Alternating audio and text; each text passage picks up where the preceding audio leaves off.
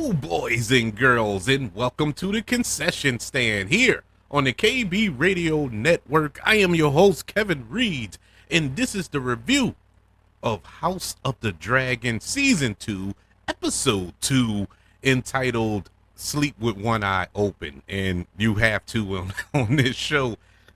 It is kind of a double meaning, being as though Amon was the initial target who has one eye, and he was the main target of that assassination attempt. Yet we got the most disturbing, I would say the most disturbing death in Game of Thrones slash House of the Dragon television, with the decapitation of the young prince in last week's episode, which we didn't see the decapitation, but we didn't have to see it. They let your imagination do all the work, and it did the work for me, and it was brutal. This season, we're diving right in. This episode, we're diving right in. I mean, we normally, when you get a new season or a new series, we don't get the real gist of the story until maybe episode 3 or 4, deep into the season, midway point of the season, where you know where everything's heading, but not so much here. And Game of Thrones has done that throughout, and House of the Dragon is picking up with that same trend. We dove right in this episode. We picked up right after that heinous act, and we are dealing with the aftermath of that event, in this pure chaos in the King's Landing, with Aegon going bananas that his son was murdered mere feet away from him, in the same house, unbeknownst to him. And it's just pure chaos, after witnessing King Daenerys in season 1 construct this just beautifully crafted model of King's Landing in his room, is reduced to rubble because of Aegon, and he's just destroying it out of rage in his room after learning of the death of his son. And so the king is in anger. He's in the anger stage of grief, long before an emergency meeting is called by the council to kind of address their next steps moving forward with this action committed by Rhaenyra. At least that's what they feel. Rhaenyra is the one who sent these assassins to murder the prince. And so we have Otto Hightower, who is, a typical politician who will use anything as a way of spreading propaganda, spreading false, fake news, if you will, and try to get the people behind them. This is an opportunity. He doesn't have a moment of grief. I mean, after all, this is his grandson, or grandson, great grandson. I don't know. The family tree in these in these houses here is all messed up. Sisters and brothers marrying each other and all this other stuff. So I don't know, but I think it's his great grandson.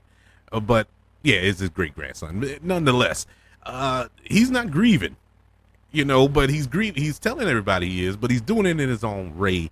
And he wants to use this as an opportunity to rally the people, the townsfolk around him, because there are some people in King's Landing who believe Rhaenyra is the rightful heir to the throne. She is the queen. And there's a split there. There's a divide there with the people. So this will be an opportunity to show the people, like, look what Rhaenyra did. Look what she did. She's a kinslayer. She's a monster. She's a murderer of children, and that is a way to pull the people to their side, which is an understandable thing. But the timing of it all, man, the timing of it was brutal. Just to go over some points throughout this episode, was it blood or was it cheese? Which one is it, blood or cheese? Blood is the one they caught. well, they end up catching them both. But Blood is the one they have locked up in a cell, and he was the one who had the actual head of the prince in his satchel. He was going to take it back and, and show Damon, I guess, like, looky here, look what I got.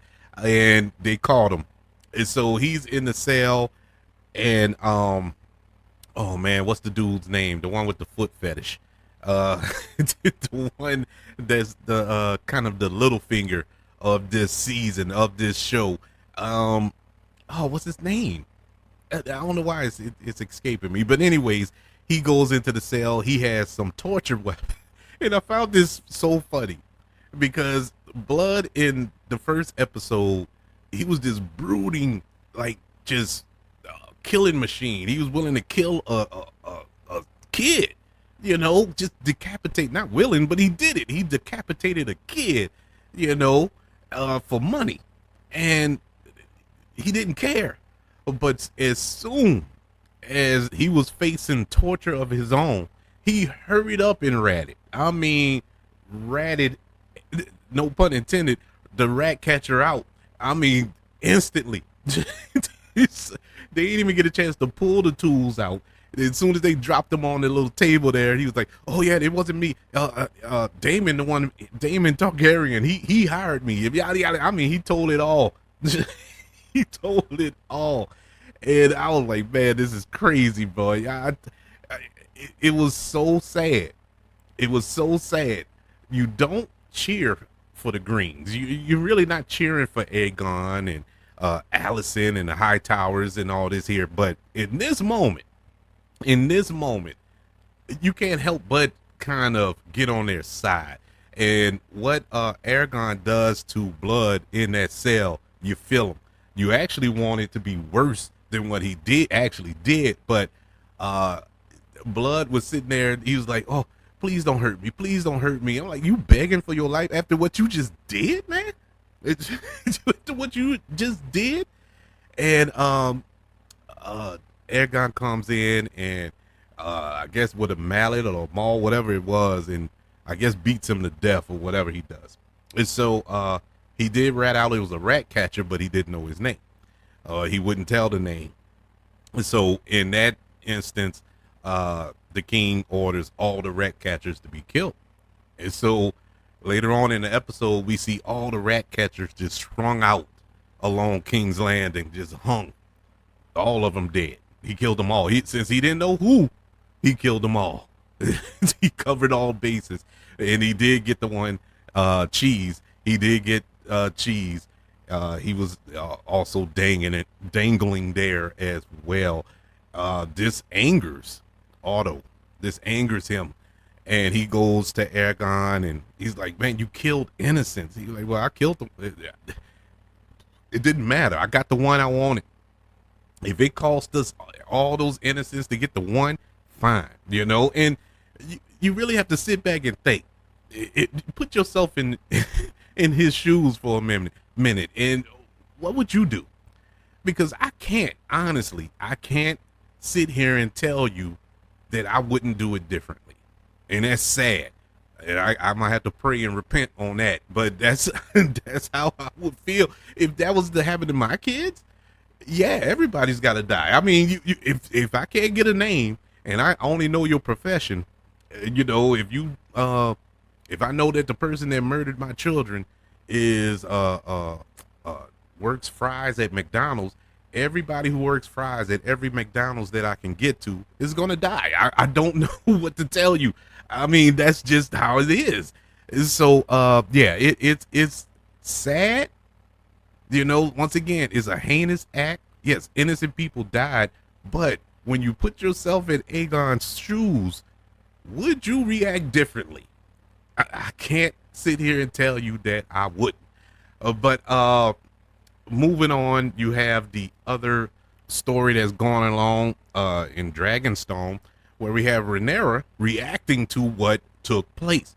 This is something that she did not want. She did not order this. You know, killing of a child. And so she is devastated by this. She is angered by this because she knows that all of this, she's being blamed for this and she didn't do it. And you have Damon, he's just sitting there smug, like, yeah, I did it, whatever, whatever. But I love the look in that scene when they sitting around the table that Renice gives to Damon, because she knows. She knows. She immediately knows who ordered that hit. And I guess Rhaenyra saw that look, and she looked over at Damon, and immediately she knew. And so the very next scene, she confronts Damon about it, and they have a awesome back and forth, a master class of acting in this scene by Smith and Emily Darcy. I'm sorry, just an amazing class of acting. If you want to be an actor in any facet, whether it's in movies, television, or theater, watch that scene. That is an awesome scene that those two put together. Very powerful. Really enjoyed that. So they go their separate ways.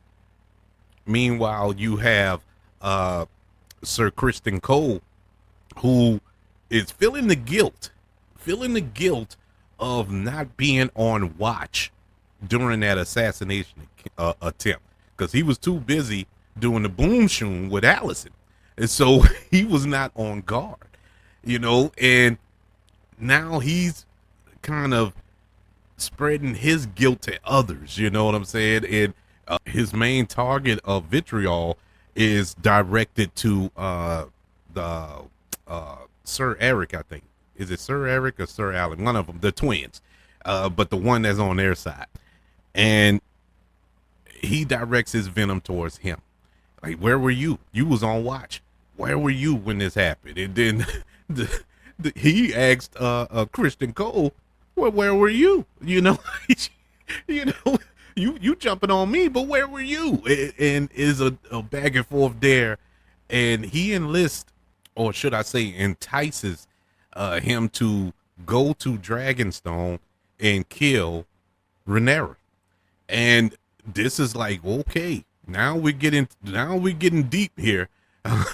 Now we get into this everybody want to sneak in and with these assassinations attempts, which we know is going to just blow up into this full-scale war before it's all said and done.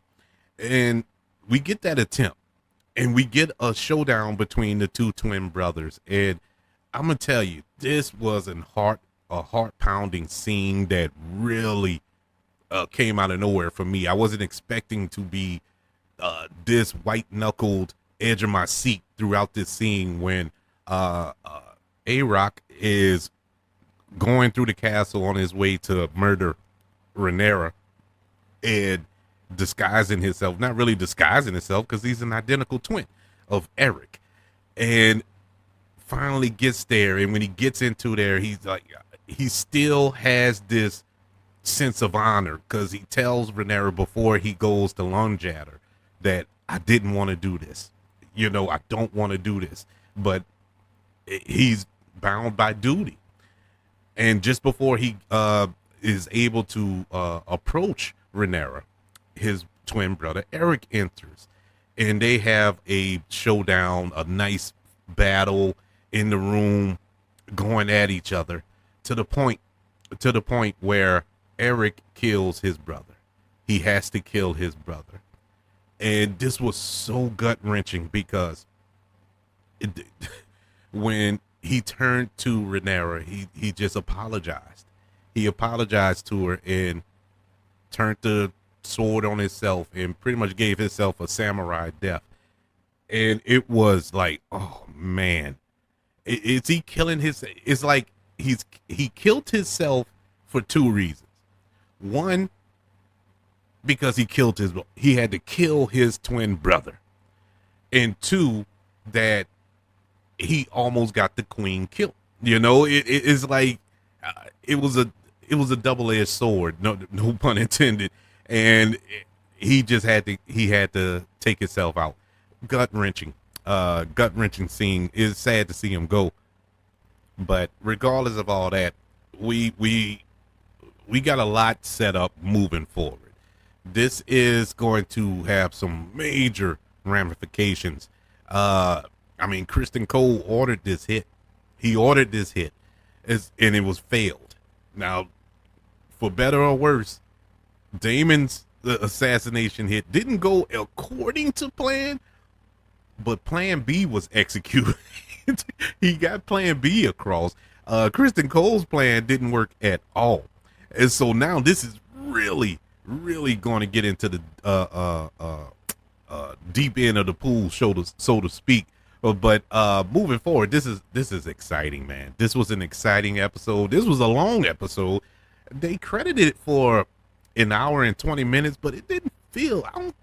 I think it was more credits than anything, because it finished about an hour into it.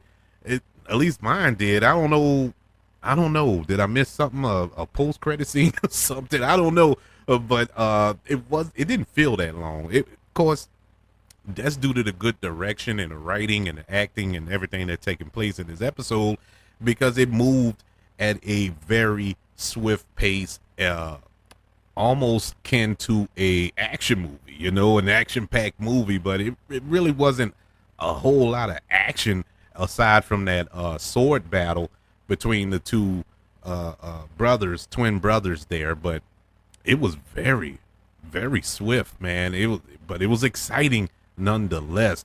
I am so happy with how this season of House of the Dragon is going so far. I know it's only 2 episodes in, and the wheels can very well fall off before it's all said and done. But so far, so good. I would like to know, how are you feeling about House of the Dragon season 2? Are you excited for what's coming up next? Are you surprised by the number of deaths that we have gotten already? We're 2 episodes into this season. We've got some major deaths that have already taken place. I know and I don't, really don't want to compare it to Game of Thrones proper, but Game of Thrones didn't have that. It had a lot of deaths, don't get me wrong, but not so many compound together. And I'm not saying it's a bad thing, and I know that's coming off bad, but anyways, but I'm talking story wise. But it's weird that we're getting so much death in these first 2 episodes, and we haven't even gotten to the war part of this yet. And so this is going to be a bloody episode, not episode, but bloody season in season 2. But I would like to know your thoughts of season 2 so far. Email the show, kbradiopodcast@gmail.com. You can also search for this show on all social media platforms. Just search for the KB Radio Network. Don't forget to subscribe to the KB Radio Network channel on YouTube, and like this video if you don't mind. Also, don't forget about the 5 stars, the reviews, and sharing this show if you're listening on Apple Podcasts, Spotify, iHeartRadio, wherever you are currently listening to the concession stand here on the KB Radio Network. Everybody, thank you for joining me for this review of episode 2 of House of the Dragon, season 2, available now on Max. Want you all to know that I love you. Continue to love everyone. And until we speak again, you all be blessed.